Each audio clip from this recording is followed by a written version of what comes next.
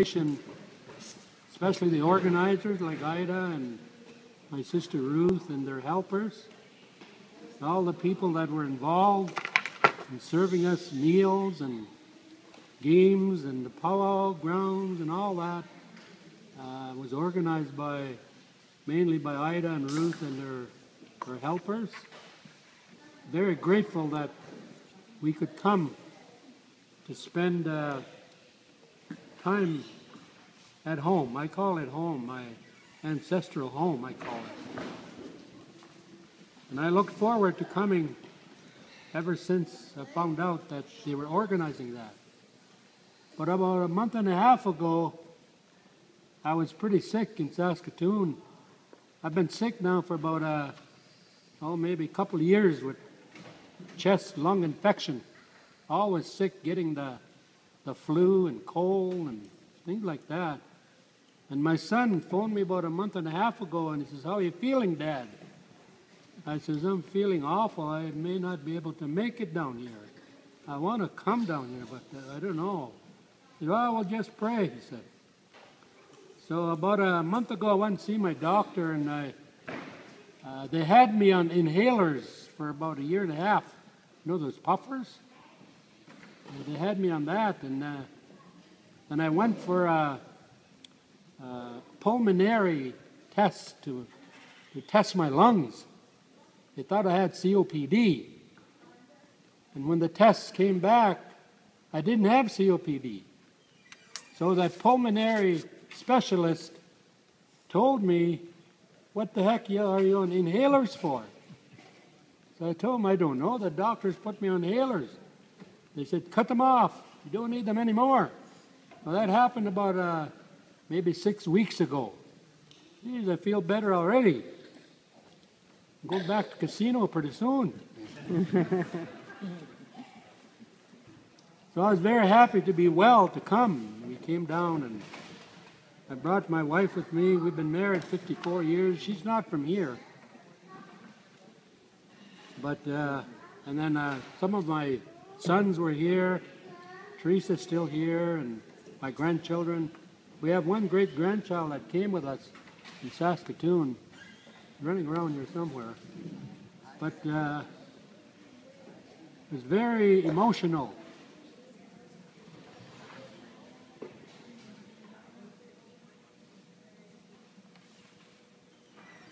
Especially when I went to the graveyard, when we buried our Auntie Mariah a week ago already. We buried Auntie Mariah. And when I went to the old house I grew up on not too far from here, as you go out, you cross these tracks here. That was known, and probably still is, known as the first crossing. When I was growing up, and we used to live just up on the hill here, the boys, there was no girls, we didn't have any girlfriends then. Just the boys used to come and wait there, and other guys would come, like we'd meet at the first crossing. And that was during the June and July, or July and August, when I was let go from the residential school. That was our meeting place. Then the guys would gather, and then we'd all decide what we're going to do, for the evening. Then we'd make our way slowly to the point, and then we'd walk to town, and fool around. That was our entertainment, I guess.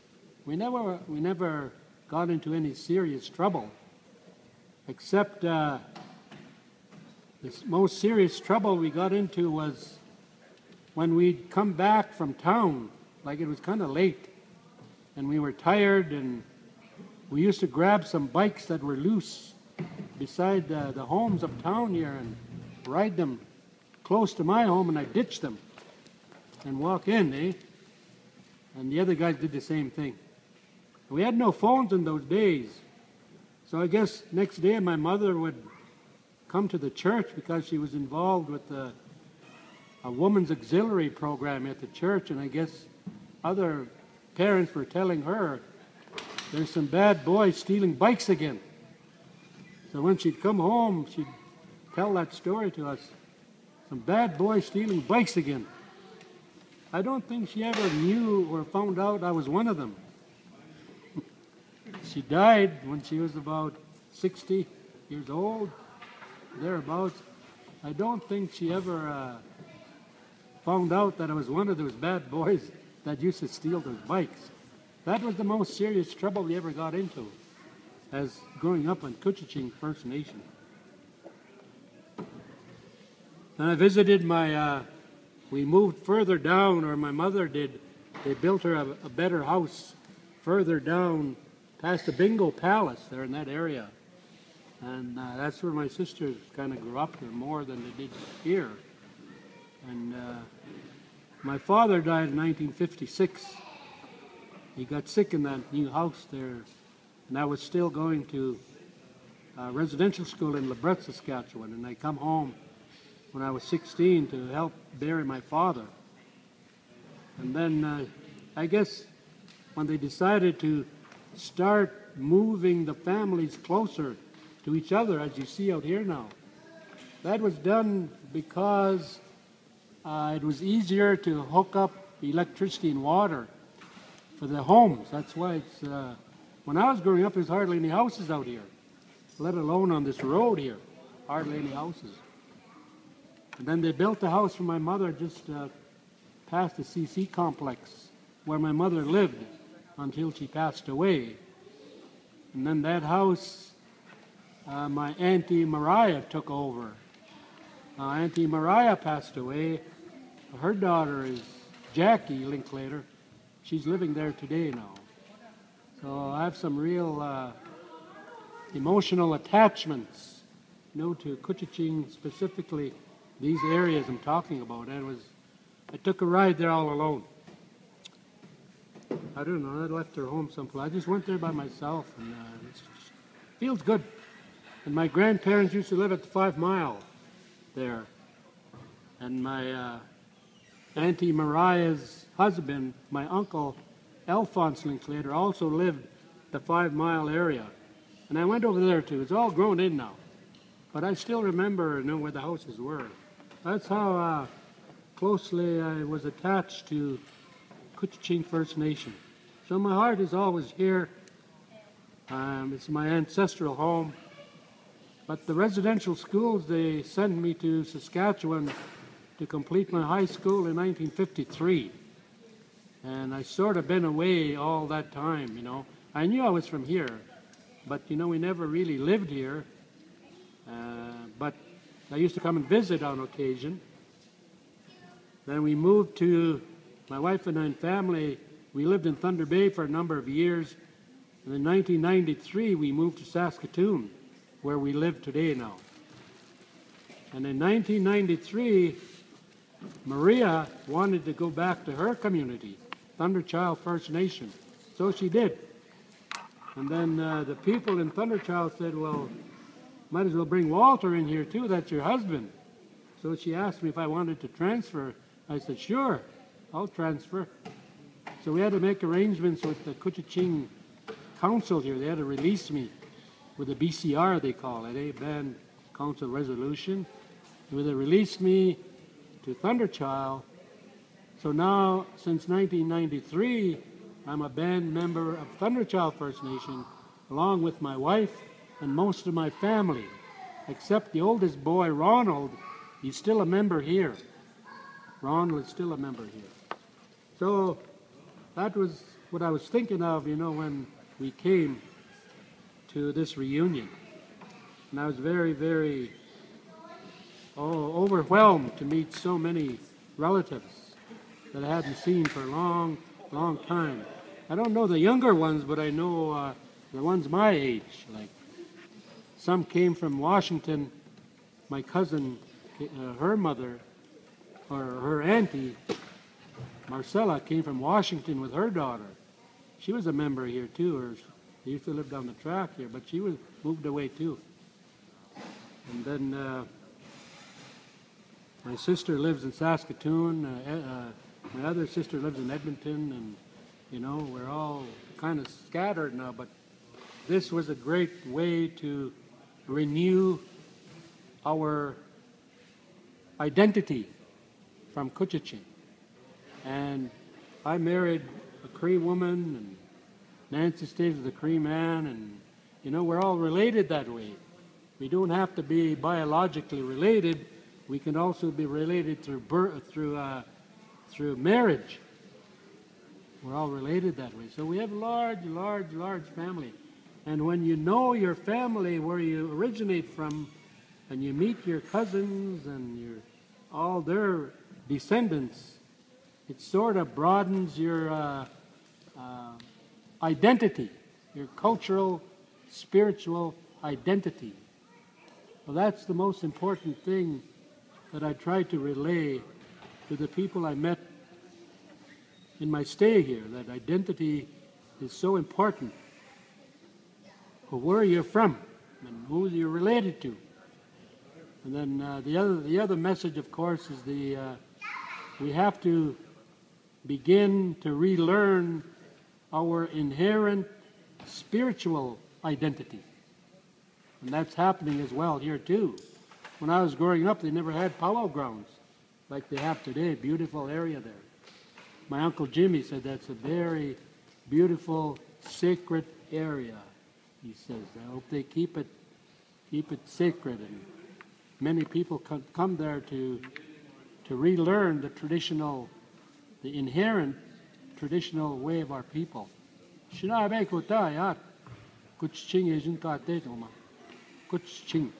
That's the name of this area. So that's my feelings of I was so happy to come, and we only stayed here 1 week. It goes so fast, and we're going home tomorrow now, back to Maria's territory, where I'll probably die over there, and I won't be buried here. Although my mom and dad are there, and my grandparents are here, some brothers are here, and most of my family is here, but I want to be buried in Saskatchewan, where my second home is with Maria. I don't know who's going to die first, but keep an eye on me. We've been together 54 years, and that's something that's very special too. I'm very happy to be here, and very emotional. I was laying in bed many nights there in my niece's room. She allowed me to use her room all week. I couldn't go to sleep at night. I was just thinking of people that should be here. They're gone already. Very emotional, but we have to try to accept that, eh? Part of our teachings we get from the elders. We have to become spiritually strong to accept the hard things that happen to us in life, such as death of loved ones. We have to be strong. But we can be sad too, but we have to accept that. I thought of a lot of people here. I'm glad I met some of the friends I went to school with here too. Willie, the white-haired man that was here, him and I went to school together. He's a spiritual man too in this reserve. Lives in the 5 Mile there. He brought us by boat to a sacred island where he does his ceremony. We were there with him. It was really powerful. And I met Glenn Jourdain, the one that looks after the history of the residential schools. Him and I went to school together, and we had a good talk at the point there when we had a supper there. Lots to talk about. It was nice to be here. And it was nice to see some of our own family, travel all the way from Saskatchewan and other places to be here. So that's what I wanted to say on behalf of the Linklater Adams family. I'm the oldest living member from Gus Linklater and Emma Adams Linklater's family. All my brothers are gone. I'm the oldest one. My sisters, 3 left. They're younger than I am. I'm the oldest one now. I take that very seriously because I do a lot of praying, A lot of praying now. And I always remember to pray for my relatives here in Kuchiching, even though I'm in Saskatoon now. Pray for all the people of Saskatoon. That's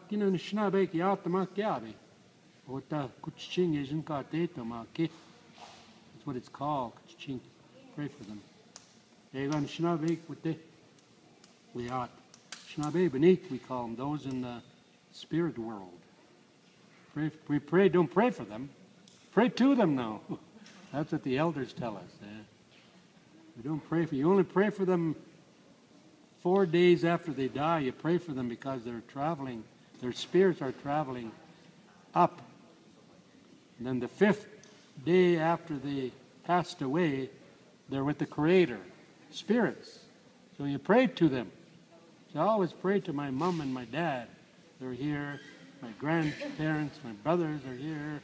Lots of my friends are there. Pray to them. Talk to them. I tell them to help us on earth. We're poor. Not only me, but all poor. We need help. Listen to us. Zindamok. I tell them.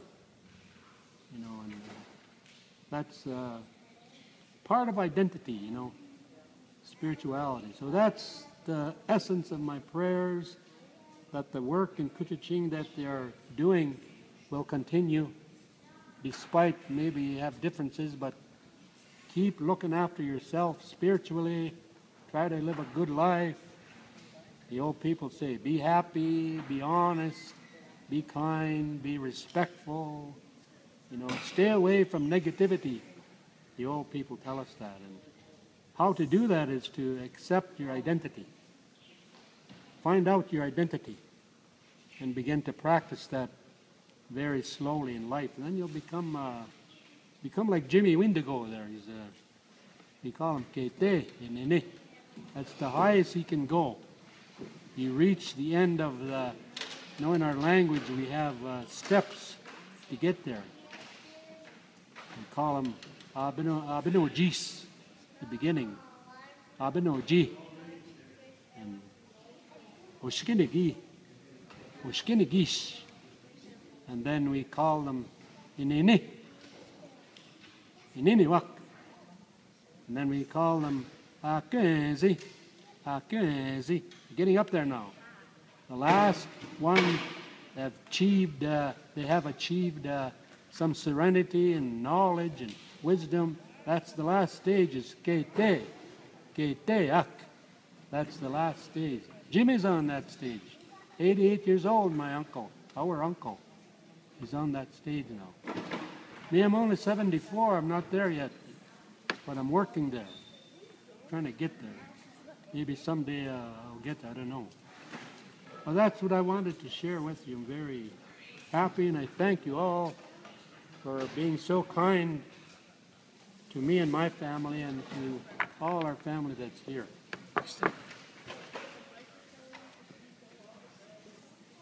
I gotta pass the hat now for donation. I used to do that in the churches here. I guess we can. Who's in charge? You eat now, or Ida? Yeah, you can start to eat. Welcome, Ram. If you want to serve yourself, you want to be served. And the other thing is, those that don't have, we have pictures as souvenirs of Maria and I. If you want one of these, just let us know. And I'll put your name up here and you can have them. I gave most of them out already. That's why I brought it. It's a gift for you. You want to be served, or you want to?